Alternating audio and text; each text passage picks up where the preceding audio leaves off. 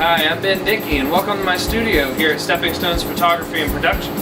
A lot of people have it down of using their camera during the day and getting some sweet pictures. But where it comes the tricky part is figuring out your camera to get the best results with total darkness. I'm going to show you some tips for some long exposure photography that is fun, simple, and pretty fantastic. I'm going to show you some pretty simple tips with some steel wool, a kitchen whisk, and a 9-volt battery. Let's do it. We're going to learn how to do spark painting. And all you're going to need is a kitchen whisk and natural steel wool and a 9-volt battery. Spark painting's not as complicated as it sounds. Alright, we're going to go over some of the basic camera settings that I use to get the best results. For my camera settings, I normally use f-stop 8 with a 10 to 15 second exposure depending on how much sparks you want to get in the picture. The longer the exposure, the brighter your picture's going to be in the end.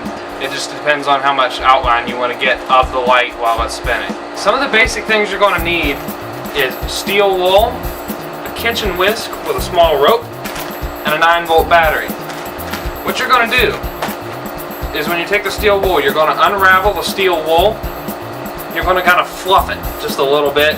I mean, you don't have to, but if you fluff it, it throws a little better sparks from what I've learned.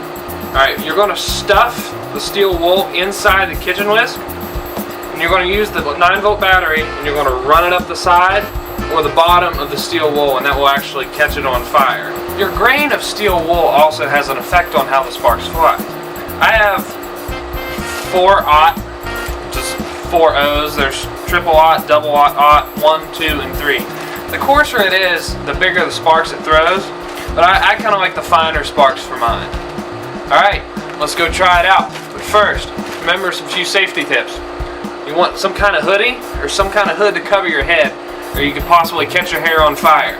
I did that earlier this week, and I caught my hair on fire, and it wasn't too pretty. So unless you have a fire extinguisher, I suggest wearing a hoodie.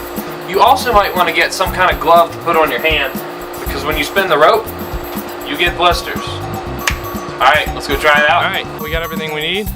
Before we go out, make sure to wear some form of hoodie, something to cover your hair, some kind of safety glasses, or something if you have a habit of looking up. I just burnt my hair pretty good a few minutes ago because I forgot to wear one.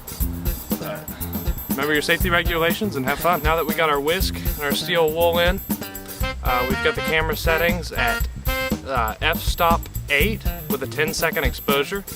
We're going to go out and give it a try and try some orbs and some regular circles. Now we're going to demonstrate. I'm going to just go back here to my spot and we'll get started. Alright, now when you're going to do this, you need to keep your arm as still as possible while you're spinning. That way you don't get a lot of blur. If you do it just right, you can see yourself in the center of the orb. Now depending on which one you're doing, you can do an orb around yourself, which is what I'm doing right now. There is also a basic plane circle, and if you do it just right, you can see yourself right in the middle. The way it's going right now, it'll probably blur out, and you won't be able to see much of myself in it. Here are some images that I've already previously captured. I hope this video has been helpful in the area of spark painting and using long exposure photography. If you have any more questions, please leave me a comment or feel free to email me at bdickey91@fullsail.edu. Thanks for watching.